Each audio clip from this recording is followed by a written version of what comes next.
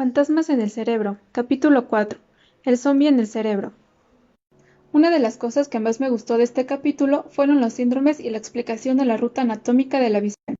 En este sentido, el ver no solo consiste en formar algún tipo de imagen mental interna, sino que es un proceso mucho más complejo, de tal manera que el cerebro humano contiene numerosas zonas para procesar imágenes, cada una de ellas formadas por una red de neuronas especializadas en extraer de la imagen cierto tipo de información. Cuando los mensajes de los globos oculares recorren el nervio óptico hasta llegar a la corteza visual primaria, se bifurcan por la ruta antigua en donde se da la conducta de orientación y por la ruta moderna que se bifurca en la ruta del cómo, relacionada con los movimientos guiados por la visión y con la ruta del qué, la cual tiene la capacidad de identificar el objeto.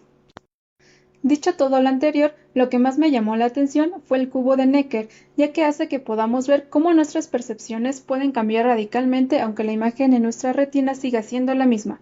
Igualmente me gustó mucho lo que Charles Darwin observó en las plumas de la cola del faisano celado, las cuales tienen dibujos en forma de disco, que están sombreadas de izquierda a derecha, ya que cuando el ave levanta su cola, los discos quedan con la parte clara por arriba, haciendo el efecto de que sobresalen.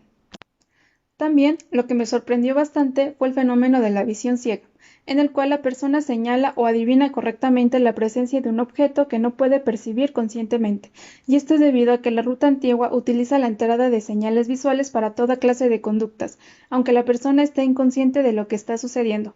Algo que me pareció muy curioso es que cuando una persona sufre grandes daños en ambos lóbulos temporales, desarrolla el síndrome de Clover-Posey. Aquí la persona puede meterse cualquier cosa en la boca y manifestar una conducta sexual indiscriminada. El caso que más me gustó fue el de Diane, ya que ella no era capaz de distinguir la diferencia entre un lápiz o una ranura porque su ruta del qué estaba dañada, pero su ruta del cómo seguía intacta y por eso era capaz de tomar un lápiz con precisión. Por esta razón, Ramachandran mencionó que era como si un zombi interior inconsciente hubiera guiado sus acciones. Cabe destacar que su ruta del qué no quedó completamente destruida, ya que en las zonas que constituyen esta ruta hay subdivisiones que se ocupan del color, la textura y la forma. Por último, me fascinó el experimento de la ilusión del contraste de tamaño, en donde los dos discos centrales son iguales de tamaño. Cuando una persona normal extiende la mano para tocar el disco central, sus dedos se separan exactamente lo mismo en los dos casos. Al parecer, el zombi no se deja engañar por la ilusión. Esto demuestra que la percepción es relativa y dependiente del contexto que lo rodea. Capítulo 5. La vida secreta de James Thurber. El caso que más me gustó de este capítulo fue el de James Thurber, ya que sufría el síndrome de Charles Bonnet, en el cual la persona queda parcial o totalmente ciega, pero comienza a experimentar alucinaciones visuales muy realistas, como para compensar la realidad que falta en su vida. Estas alucinaciones son mucho más vivas y la persona no tiene control consciente sobre ellas. Algo que quiero destacar es que cuando una persona sufre un ataque de migraña y mira a su alrededor y su zona ciega o escotoma coincide con un objeto, este desaparece por completo y se rellena con el mismo color de la pintura. Lo que más me encantó de este capítulo fueron los ejercicios para demostrar el punto ciego. Por ejemplo, en el primer ejercicio el círculo rayado desaparece y en su lugar ves el fondo gris. A este fenómeno se le llama rellenado. Otra cosa que me fascinó fue que podemos decapitar a las personas tan solo con que nuestro punto ciego coincida con la cabeza. En el caso de los ejercicios 2 y 3, vi que la línea negra se completó, y esto es porque las neuronas del sistema visual que llevan un cálculo estadístico se dan cuenta de que es improbable que dos líneas diferentes estén alineadas en ambos lados del punto ciego. En consecuencia, informan los centros superiores del cerebro de que lo más probable es que se trate de una línea continua. Ahora, en el cuarto ejercicio, vi que las dos líneas verticales se unieron, pero las horizontales no. Esto tiene relación con la visión estereoscópica. En el quinto ejercicio, vi la esquina rota. No se rellenaba la figura.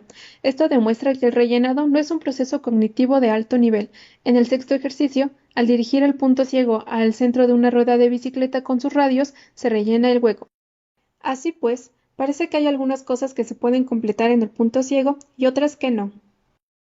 Me pareció muy interesante el caso de Josh, ya que cuando él miraba al frente tenía un punto ciego del tamaño de una mano, a la izquierda del punto hacia el que mira.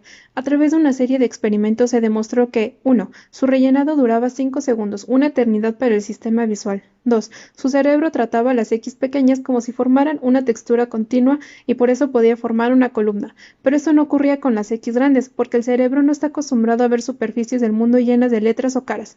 3. Él podía ver los números del centro pero no los podía leer, ya que su ruta que reconoce los objetos permaneció callada y el resultado de esto fueron jeroglíficos ilegibles. 4. Se pudo comprobar que el rellenado ocurre a diferentes velocidades para los distintos atributos perceptivos como el color, movimiento y textura. Y 5. Él podía rellenar partes de formas geométricas simples, pero no de objetos complicados como caras. Otro caso que me gustó mucho fue el de Nancy, porque podía ver personajes de historieta, ya que en su cerebro la retroalimentación venía de la ruta del qué, por lo tanto, su escotoma se llenaba de imágenes con contornos y forma, como los dibujos de los tebeos. De todo esto se concluye que es posible que estemos alucinando todo el tiempo y que lo que llamamos percepción consiste en determinar qué alucinación se amolda mejor a la entrada de señales sensoriales del momento, pero si el cerebro no recibe estímulos visuales que confirmen, queda libre para que forme su propia realidad.